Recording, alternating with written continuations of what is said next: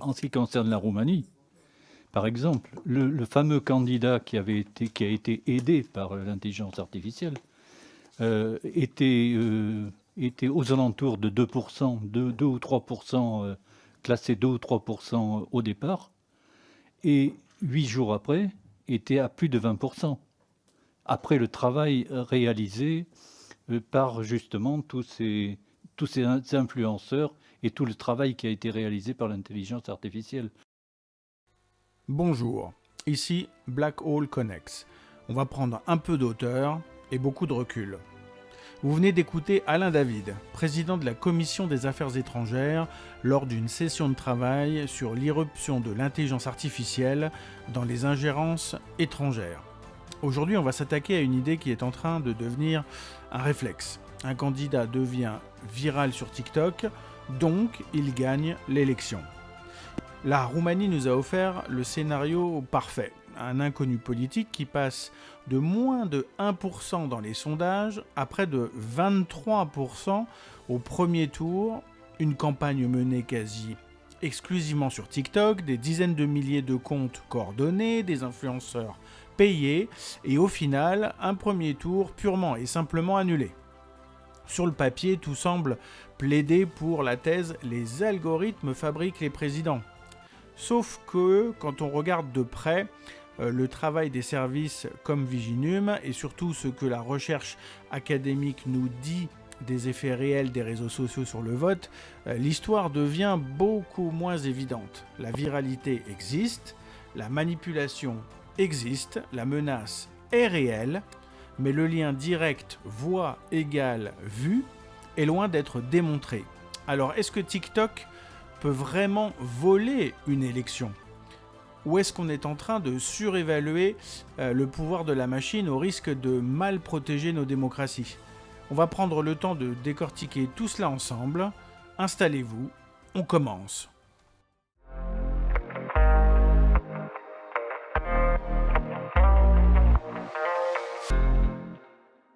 Imaginez un instant qu'on puisse fausser une élection, non pas en bourrant les urnes, mais avec des hashtags, des memes et à l'action d'influenceurs opérant sur les réseaux sociaux. On ne parle pas ici de science-fiction, c'est en gros ce qui s'est passé en Roumanie à l'automne 2024.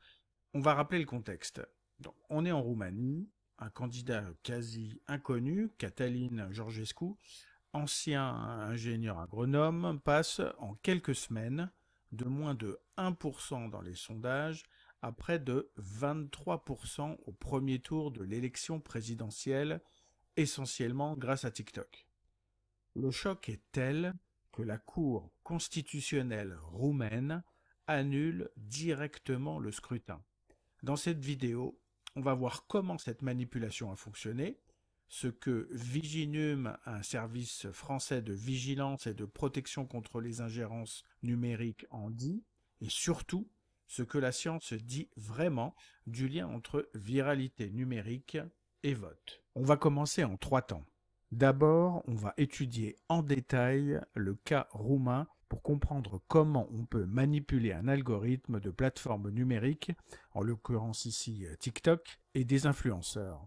Ensuite, on va regarder en détail le rapport Viginum qui documente précisément cette opération. Enfin, dans un 3e temps, on confrontera tout cela à l'état de la recherche académique, notamment aux travaux de R. Kelly Garrett, pour voir si la thèse avancée de viralité égale vote tient vraiment la route.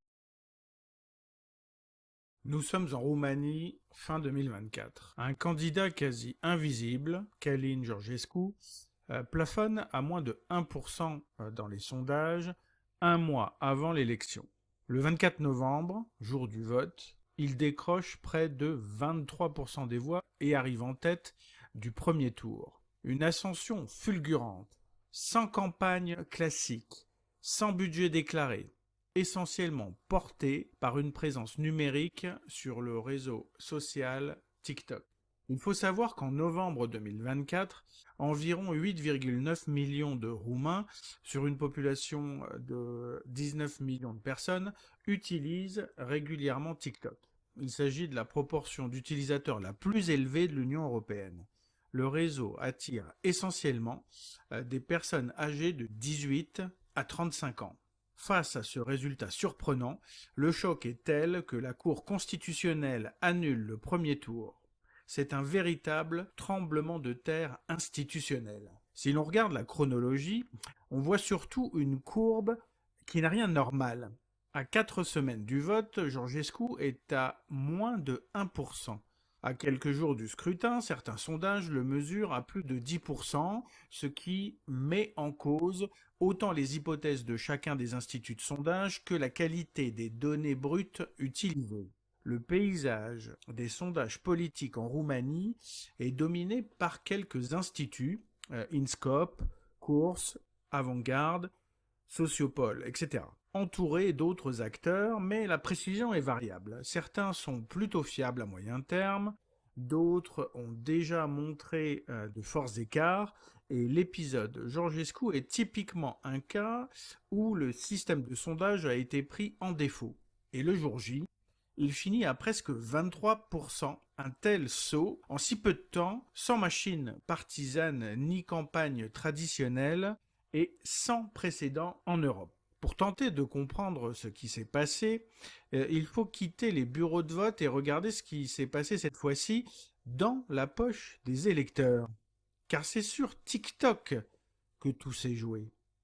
Dans les 2 semaines qui précèdent le vote, la visibilité de Georgescu explose sur la plateforme. Nombre d'abonnés multiplié par 3, hashtag qui culmine à plus de 70 millions de vues en quelques jours, contenus qui envahissent la page pour toi. Ce phénomène, cette popularité constatée sur la plateforme, n'est en fait pas le fruit d'un enthousiasme populaire spontané, mais le résultat d'une technique de manipulation bien connue des spécialistes, l'astroturfing. Comme le gazon AstroTurf, qui imite la vraie pelouse, l'astroturfing consiste à fabriquer un faux mouvement de masse, à lui donner l'apparence du spontané, alors que tout est piloté dans l'ombre. Si vous souhaitez que nous réalisions une vidéo spécialement sur l'astroturfing, ses techniques et stratégies, n'hésitez pas à nous l'indiquer dans les commentaires, car il y a beaucoup à dire sur ce type de manipulation. Maintenant, on va parler de Viginum. On rappelle que c'est un organisme français qui a été fondé seulement en 2021. C'est un service technique et opérationnel qui est chargé de la vigilance et de la protection contre les ingérences numériques étrangères. Il est rattaché d'ailleurs au secrétariat général de la Défense et de la Sécurité nationale, le fameux SGDSN. Viginum montre très bien cette mécanique dans un de ses rapports dédiés aux ingérences étrangères. Tout part des canaux Telegram et Discord où des administrateurs anonymes coordonnent des milliers de comptes, près de 25 000 comptes au total. Tous pro-Georgescu se mettent brusquement à publier et à commenter massivement avec des hashtags et des mots-clés précis. En parallèle, des influenceurs sont recrutés via des plateformes de marketing pour injecter des messages apparemment neutres du type « Allez voter » qui vont ensuite être colonisés dans les commentaires par des messages pro-Georgescu. Alors, quelle est l'idée dans cette stratégie ?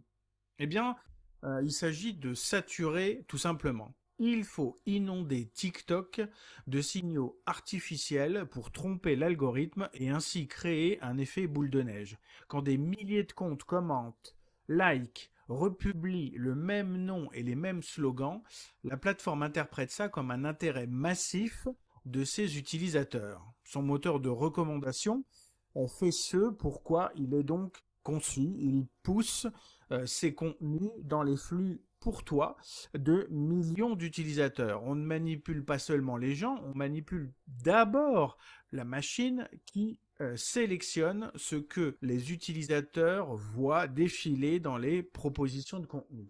La deuxième étape de la fusée, les influenceurs. Plus de 100 créateurs, souvent éloignés de la politique, sont contactés et rémunérés pour publier des vidéos très générales sur l'importance du vote sans citer de candidat cette fois-ci. Ce sont de vrais visages, de vraies communautés qui donnent une crédibilité humaine à la campagne. Ensuite, les réseaux de comptes coordonnés débarquent dans les commentaires pour associer ces différents messages au nom de Georgescu en donnant l'impression que le candidat idéal dont parle l'influenceur, c'est lui. Côté financement, les enquêteurs suivent la trace de l'argent et tombent sur une constellation de sociétés écrans et d'agences de marketing, dont une agence ukrainienne au nom assez ironique, Zlodey, les méchants. Ces centaines de milliers de dollars transitent parfois via le système de dons de TikTok pour rémunérer ces contenus. Et là encore, Viginum reste particulièrement prudent. Des liens techniques et financiers sont établis, mais le commanditaire ultime n'est malheureusement pas identifié et l'hypothèse d'un État étranger n'est qu'une supposition. À ce stade, on a une chose certaine. Techniquement, on peut donc manipuler un système comme TikTok. On peut booster artificiellement un candidat, fabriquer une illusion de raz-de-marée, instrumentaliser des influenceurs, mais la vraie question devient, est-ce que cette viralité numérique se traduit mécaniquement en vote dans la vie réelle? Est-ce que on peut vraiment passer d'un schéma TikTok implique vue à un schéma TikTok implique bulletin dans l'urne? C'est ce que nous allons voir. Pour ne pas interpréter ce cas à l'excès, il faut donc écouter ce que disent ceux qui ont disséqué le dossier roumain. Voilà ce que rappelle très clairement la vice-présidente de Viginum. Il n'y a pas de consensus aujourd'hui au niveau académique ou scientifique sur l'existence d'un indicateur qui permettrait d'apprécier le risque d'impact d'une opération d'ingérence numérique étrangère. Par ailleurs, ces opérations, elles s'intègrent sur le temps long, donc voilà, c'est un peu la pierre qui s'érode. Donc en fait, c'est difficile même d'apprécier l'impact individuel, mais encore plus d'apprécier l'impact combiné sur le temps long. Jusqu'ici, bien souvent, en fait, on mélange un peu les notions et on confond la notion d'impact avec la notion de visibilité sur les plateformes en ligne, en prenant en compte les likes, les partages, les commentaires, etc., qui sont donc des métriques d'engagement quantitatifs, mais au vu justement de la création de faux comptes, etc., on peut douter finalement de leur fiabilité. Et de toute façon, comme M. Cordonnier l'évoquait très justement, on ne parle que de visibilité, pas d'impact. C'est un point crucial ici. Même ceux qui ont documenté la manipulation reconnaissent qu'on ne sait pas quantifier son impact électoral. On peut dire le débat a été pollué, la sincérité du scrutin a été fragilisée, mais on ne peut pas dire clairement TikTok a créé 23% de voix à lui seul. Pour aller plus loin, il faut alors sortir des dossiers de renseignement et se tourner vers la recherche académique.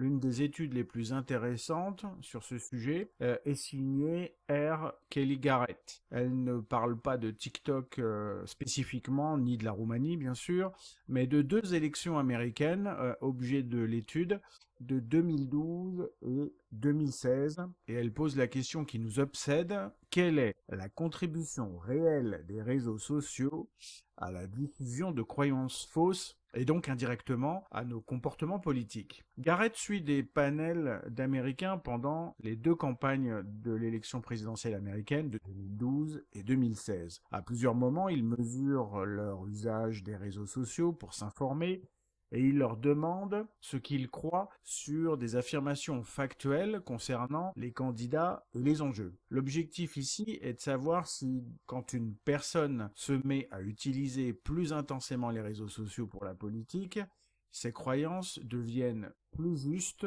ou plus erronées. La force de ce travail, c'est qu'il ne compare pas simplement les gens sur Facebook à ceux qui n'y sont pas, ceux qui brouillent tout bien sûr, il compare chaque individu à lui-même. Quand son usage des réseaux sociaux augmente, toute chose égale par ailleurs, est-ce que ses croyances changent? Cette approche dite à effet fixe permet d'isoler beaucoup mieux l'impact spécifique des réseaux sociaux. C'est comme si en mathématiques, on avait une fonction multivariable et qu'on faisait simplement évoluer une et une seule variable. En 2012, Garrett observe quelque chose de très concret. Plus les individus utilisent les réseaux sociaux pour s'informer, plus ils ont tendance à adhérer à certaines intox visant Barack Obama. L'effet est réel, statistiquement significatif, mais quantitativement modeste. Et surtout, il est concentré chez les personnes déjà très politisées, très campées sur des positions spécifiques. Les profils modérés, eux, bougent peu finalement. On est donc très loin du fantasme d'un outil qui retournerait tout le monde indistinctement. En 2016, l'étude se tourne vers des croyances sur des enjeux de campagne. Et là, le tableau est encore plus nuancé. Garrett ne trouve pas d'effet global robuste de l'usage des réseaux sociaux sur la thèse des croyances. Dans certains cas, une fois tous les facteurs pris en compte, les utilisateurs de Facebook ont même un peu moins de perception erronée que ceux qui n'en ont pas. Ici encore, on est loin de l'idée d'un poison universel qui contaminerait tout le monde de la même manière. Ce que les résultats suggèrent, c'est que les réseaux sociaux ont un rôle surtout renforçateur. Ils consolident et parfois radicalisent des croyances déjà présentes, en particulier chez les publics les plus politisés. Ils sont en revanche beaucoup moins efficaces pour convertir des sceptiques ou faire changer de camp des électeurs. C'est la vieille théorie des effets limités des médias qui se trouve confirmée dans un environnement numérique. Alors le point négatif ici, c'est qu'on accentue les personnes déjà polarisées. Et on le ressent finalement aujourd'hui dans les débats publics. En France, ce cas roumain a rapidement été mobilisé dans le débat et le président Macron est même allé jusqu'à intervenir publiquement sur le sujet. Voilà par exemple comment la députée Laetitia Saint-Paul présente l'affaire pour défendre l'idée d'une réserve algorithmique préélectorale. Je vous propose d'écouter. On vit à l'heure du chaos informationnel. Après, comme j'ai évoqué tout à l'heure, est-ce qu'on s'interdit tout parce que dès qu'on parle de sécurité numérique, ça devient orwellien ou pas? Je verse au débat et je pense vraiment qu'il y a chaos informationnel et il y a un véritable sujet qui est peut-être entré par la mauvaise porte dans le débat public très récemment.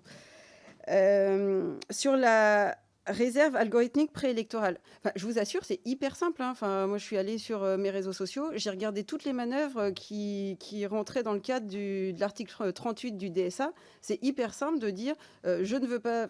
Enfin, c'est simple, oui et non. Je ne veux pas d'algorithme. C'est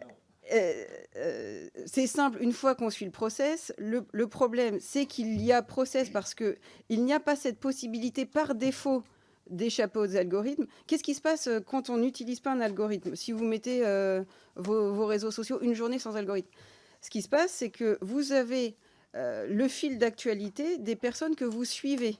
Et là, vous renouez avec un contenu de qualité que vous avez choisi, où il y a une démarche volontaire. Sauf que, bien sûr, comme j'ai exposé, les réseaux sociaux ne le proposent pas par défaut, et à chaque nouvelle connexion, il faut refaire toute la manip. Donc ça veut dire que la réserve algorithmique préélectorale est extrêmement simple à mettre en œuvre. Et ça, c'est aussi un retour d'expérience de ce qui s'est passé en Roumanie. Alors, dans l'extrait qu'on vient d'écouter, le récit politique est clair. Un candidat quasi inconnu, une campagne TikTok virale, un score spectaculaire, donc logiquement, l'algorithme aurait fait l'élection.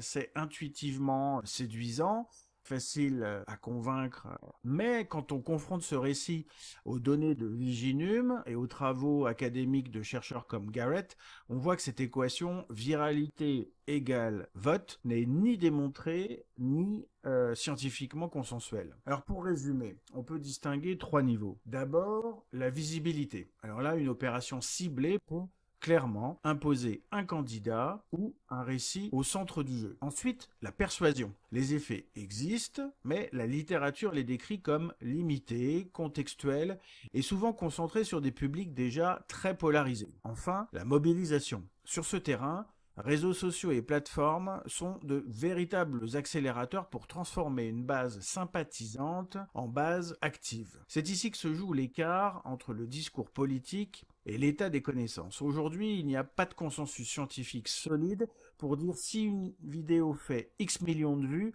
cela se traduira par Y points de pourcentage aux élections. On sait que les plateformes impactent le débat, la polarisation, la mobilisation.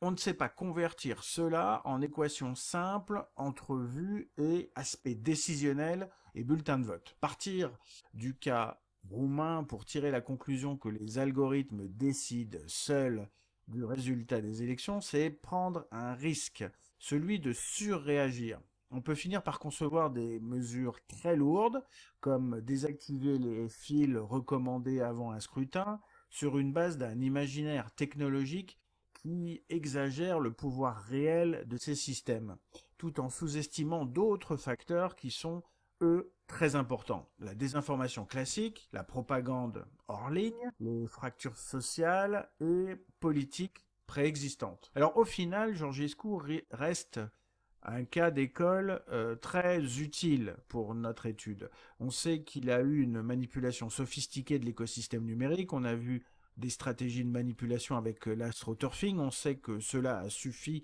à faire douter de la sincérité du scrutin, au point d'ailleurs d'annuler un premier tour.